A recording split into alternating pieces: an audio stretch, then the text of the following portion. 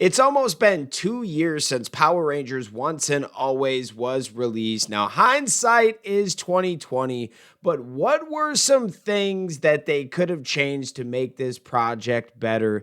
And what did they learn that they can bring to future projects from Once and Always? Let's talk about it, break it down, hit that intro, Rangers. You are watching the Fan Club. You're watching the Fan Club. And you're watching the Fan Club. Do you know what time it is? And you know what time it is. It's time for the Fan Club. Let's go. Hey! I can't do this on my own, cause you know things ain't always sweet when you out here in these streets. But my morpher when it morphed, I made a fake one. Hey, what is going on, everybody? Welcome to the Fan Club. It is your boy, Dan Brosnan, in the building. Now, today's episode is a piggyback type of episode. I read this pretty interesting article from the guys over at Screen Rant, and it was titled, "The Moment Power Ranger Fans Had Been Waiting to See Since the 90s Finally Happened, but it could have been much better." I thought this was an interesting topic for us to talk about, and it's been almost 2 years since Power Rangers Once and Always was released. I think that gives us plenty of time and hindsight to look back and tweak or change a few things, and even if we never get a part 2 to Once and Always, we can still learn from this special because there were some good things, but there were some things you could learn from at the same time. So let's read some parts of this article, and then I'm going to give you my 2 cents also. Mighty Morphin Power Rangers Once and Always delivered the moment fans of the original show had been waiting to see since 1994, but it could have been much better.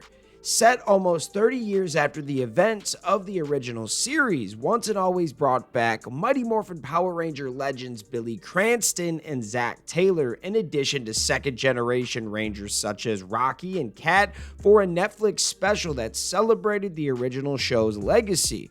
Walter Emmanuel Jones and David Yost were the only 2 of the original cast members to return, but the special was filled with nostalgia nonetheless.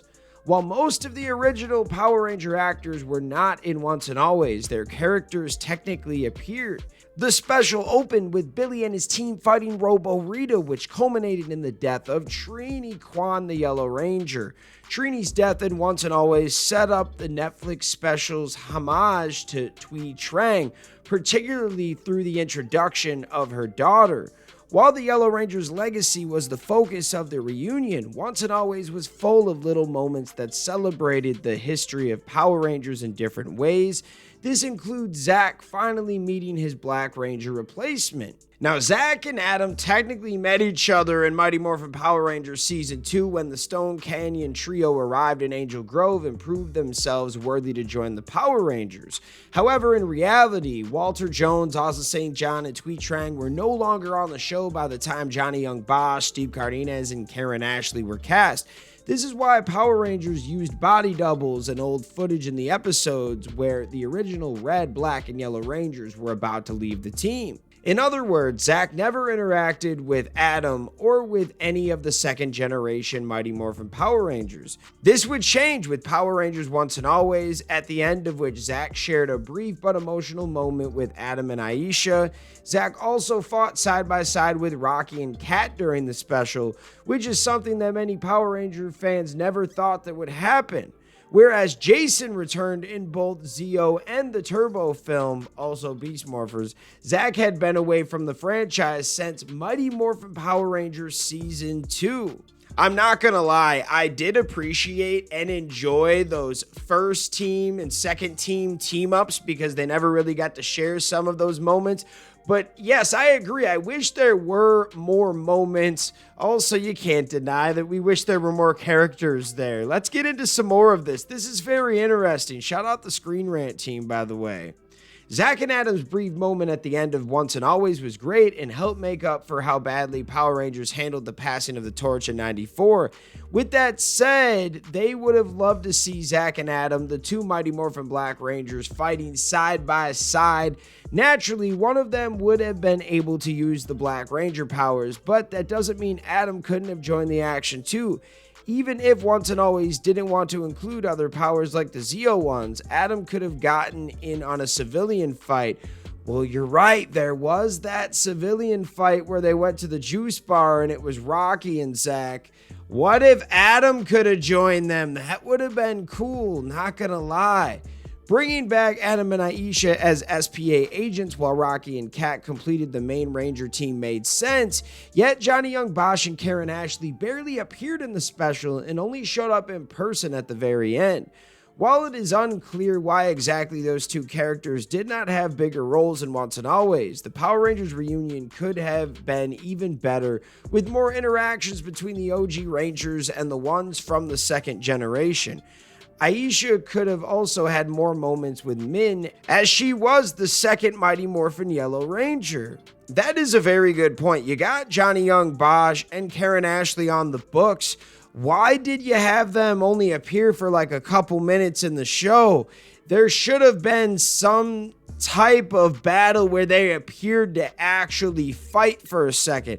Even if it was only like a few scenes in the end, it would have been awesome to see everybody actually team up.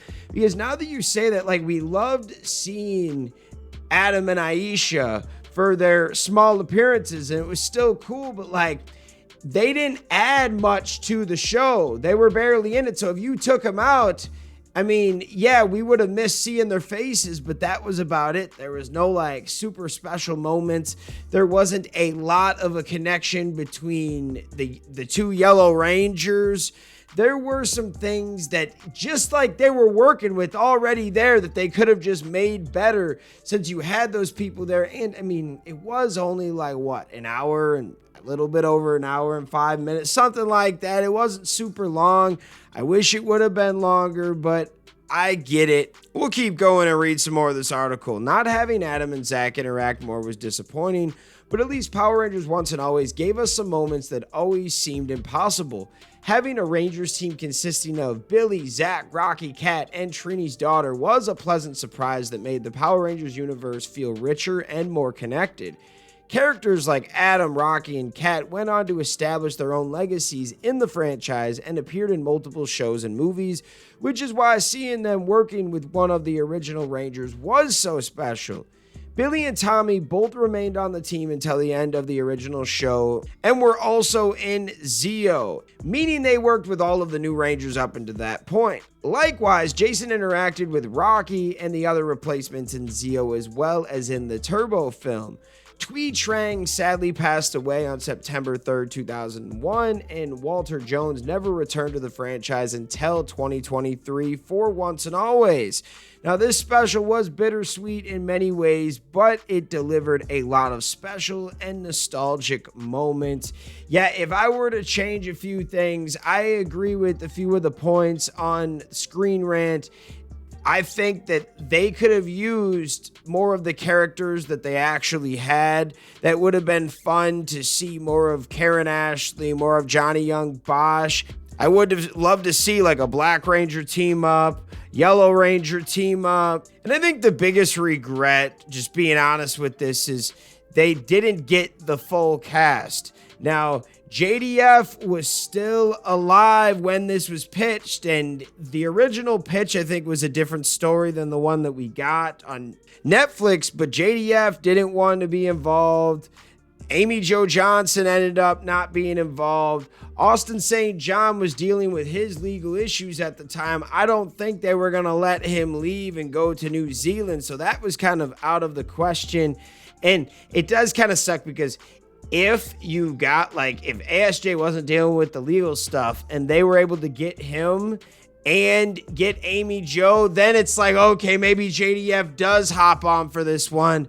It would have been awesome, but I'm just sick of, like, them having Power Ranger reunions and not getting the whole band back together. Like, we get some Rangers here, we get some Rangers there, but, like, yo, these guys, we're only on the earth for so long, man, and we keep missing on these opportunities. And, you know, years ago, I heard that for Turbo, there was a possibility that at the passing the torch for, like, the new Turbo Rangers, like, Carlos and TJ and Ashley, Cassie, that crew, that like, while Zordon was going to be there and Alpha and Demetria and stuff, there was supposed to be like every Ranger up until that point.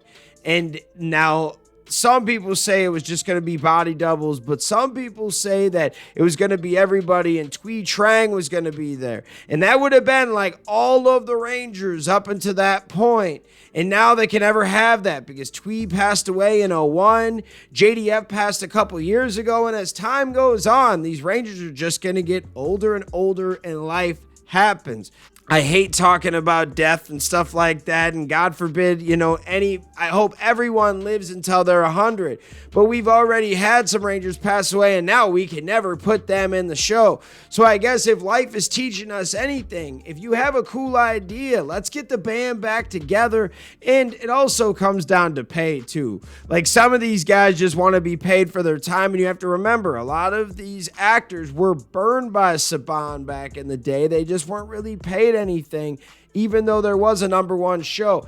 And I don't care what you say, if you're on a number one show for a long period of time, for 2-3 years, and it's big and you're not making anything, it's gonna mess with you, man. It's just gonna get to you. I understand because I make a lot of different content and it's never about the money, but overall at the end of the day, for all the hard work you put in, it's nice to see some compensation, right? So I get both sides of the coin, but what are your thoughts? What would you change for once and always? Let me know in the comments. Shout out all the fans out there that take the time out of their day to watch this content. You are the real MVPs, and we'll see you next time. Peace. I want to give a special shout out to the Gold Ranger members, Salima Ramirez, Stephen Heffelman, Anime King Nick, Louis Cairns, Papillon Purple, Thomas Franco, and Troy Lyon. Thank you guys so much for your support, and if you want a video shout out like this one, sign up to be a Gold Ranger member today. Hey, what's going on? Thank you so much for watching this video. Please like, subscribe, hit that share button, and if you can, please sign up to be a member today. We have 3 membership power-ups. We have the Gold Ranger power-up, the most popular. You get into our exclusive fan club chat group. We have fan exclusive videos that we are adding monthly now, and you get a video shout out. Yes, folks, at the end of our videos, I will shout out your name. We also have the Quantum Ranger power up where you get monthly meetings online with me. Yes, folks, we will talk once a month on Zoom, and you can give me your ideas for future episodes. And then we have a professional package, the Dr. K power up, that is for businesses that want to tap into the platform. If you guys can, please sign up to be a member today. It is highly appreciated and it helps us keep these videos going. Thank you so much for watching, and we'll see you next time. Peace. Hi, we're Bulk and Skull. We have been requested by the fan club to say something funny.